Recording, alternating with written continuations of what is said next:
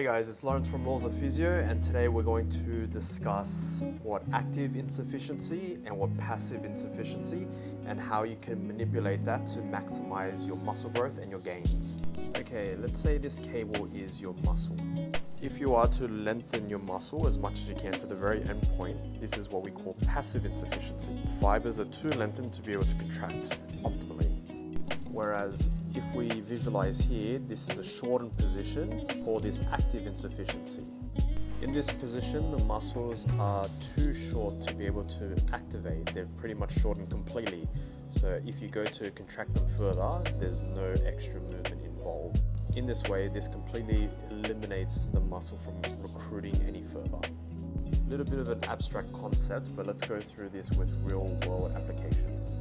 So let's start off with your biceps. This is a traditional bicep curl. Your bicep muscle inserts just under the elbow and goes into the front of the shoulder. In this range of motion, you're going to be using all the muscles that help to flex the arm. If we flex the shoulder, we are putting the bicep in a shortened range of motion, so you're already halfway up higher. This way we're taking out some of the bicep into it and using different fibers.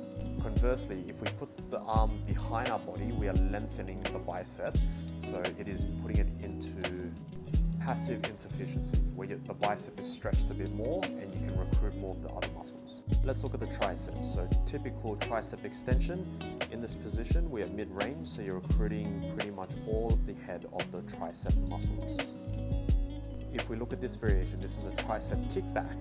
By lengthening and putting the arm behind our back, we're shortening the long head as much as possible.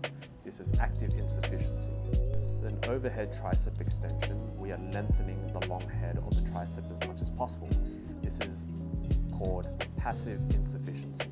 By changing the angle of where your arm is, you can put specific focus on different muscle groups. So if you really want to bring out the horseshoe, or you can do a tricep kickback, which really focuses on the lateral and the medial head of the tricep. Otherwise, we usually manipulate these specific angles if we want people strong in these positions.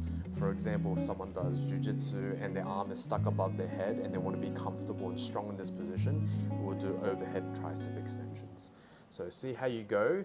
Definitely manipulate the angle and see how your muscles feel. It really helps to build mind-muscle connection with specific muscle groups.